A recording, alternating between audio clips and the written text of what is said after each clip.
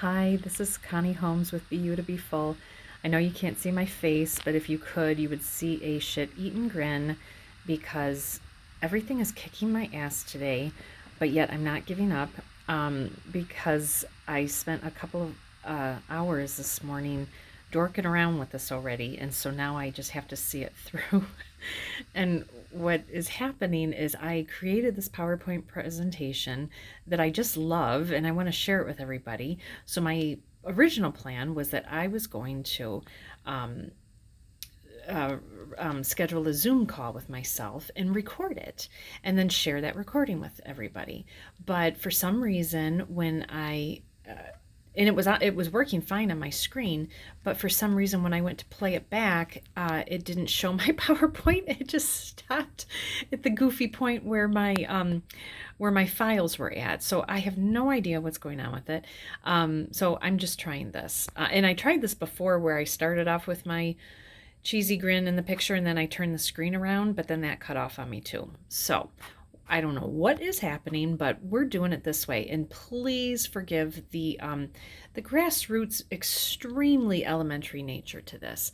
But as my perfection video of a couple days ago said, if you wait for perfection, a lot of things don't get off the ground. So this damn little thing is getting off the ground because we're doing it now. So here we go. How to remain positive in uncertain times. And I'm sure calling something a damn little thing probably isn't positive, but here we are. So, okay. So what happens when I suggest to my clients when they are facing uncertain times, or I have done this myself, is the first thing that you need to do is just stop. I know for some people that might sound counterintuitive because it's like, oh my God, I got to act, I got to run, I got to move. But actually, that's the worst thing for you. You need to just stop, take a pause, physically, mentally, and everything else. And after you do that, you assess the situation. And when you assess the situation, you look at the good, the bad, the ugly, the opportunities, the potential, and everything in between. And when you do that, you really, one, it's causing you to pause. You're thinking through all these things, and you just look at what's in front of you and you take it all in. So after you do that, then what you need to do is just breathe, because assessing the situation, may feel a bit overwhelming, or it might get you a little bit anxious or whatnot. But so then therefore you need to just take a moment and breathe. I had shared on a previous video a breathing exercise that I really like, and we'll cover that here shortly. But one of the reasons why I think breathing is so important is because it centers you, it calms you, and it focuses you.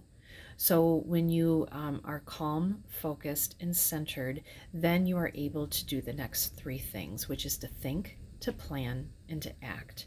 And throughout all of this, it's imperative that you remain grateful. So a lot of times what causes somebody anxiety or stress or worry is that they feel they have no control over a situation. But I'm here to tell you that no matter how big the shit show may be, you always, always, always have control over your thoughts, your emotions, and your reactions. So please remember that, okay? And hanging on to that actually, does make you feel better. The next thing you do is then you're assessing the situation. And again, no matter how overwhelming or dire or even exciting that the situation may seem, there is always a silver lining in every single situation. Even right now, I think we're all going on, what is it? You lose time, so you don't even know. But I think we're going on week 2 at least of a lockdown, and it's already starting to make people a little antsy and things like that. But you know what? But the silver lining of being forced inside your home is that, those closets you always wanted to clean, well, you have no excuse now. That self-care that you've been wanting to give yourself, even a simple bubble bath, now you got time. So that is an example of a silver lining. And when you assess a situation, there's always a silver lining. I cannot believe I'm doing this video this way, but that's okay. So the breathing, as I mentioned on a previous video, my very favorite one is to take a deep breath in through the nose, count to the count of 4, Hold your breath at the top for a count of 2, and then exhale very powerfully out through your mouth to a count of 8. And when you do these, I recommend doing at least a minimum of 3 at a time, and then do them as often as you need to throughout the day. And there's something very, I'm going to say, stabilizing, I guess, when you blow out your breath longer than what you breathed in. To me, it's a little bit representative of just blowing out the junk, the stress, the tension, and all of that. And when you do it so powerfully, almost picture all of that just flowing out of your body. So, count into the count of 4 and just think beautiful, beautiful thoughts, positive thoughts. And then when you exhale out to the count of 8, just imagine yourself releasing all of the junk and tensions and negative thoughts you might have. And do that as often as you need to. Oh, we got glare on this one. Of course we do. You can see me in the background holding this phone. Oh my God, elementary hour, but you know what? It's what we're doing. So the next thing you do is you just think. It's important to take a moment to just stop what you're doing, and to just think about your situation. And part of that is just remaining level-headed. And then remembering that you have options. You might not have a shit ton. It might just be 1 or 2 options, but you always have an option. And then important throughout this is to not overreact. And then lastly, but really just as importantly, is to always remember that your emotions will either help you or hurt you. So remember that as you're thinking about your situation and staying positive in uncertain times and just thinking about what you need to do. Just remember, emotions will either help you or hurt you. Okay? And it's important too. I want to say it's important when you're thinking. I always like to tell people, think it all the way through. Like if you picture, like, your thinking is like walking down a gravel road, walk all the way to the end. Because when you do that, you're actually processing every single step of the way. And you're thinking not only about today, 2 weeks from now, 2 months from now, and even 2 years from now.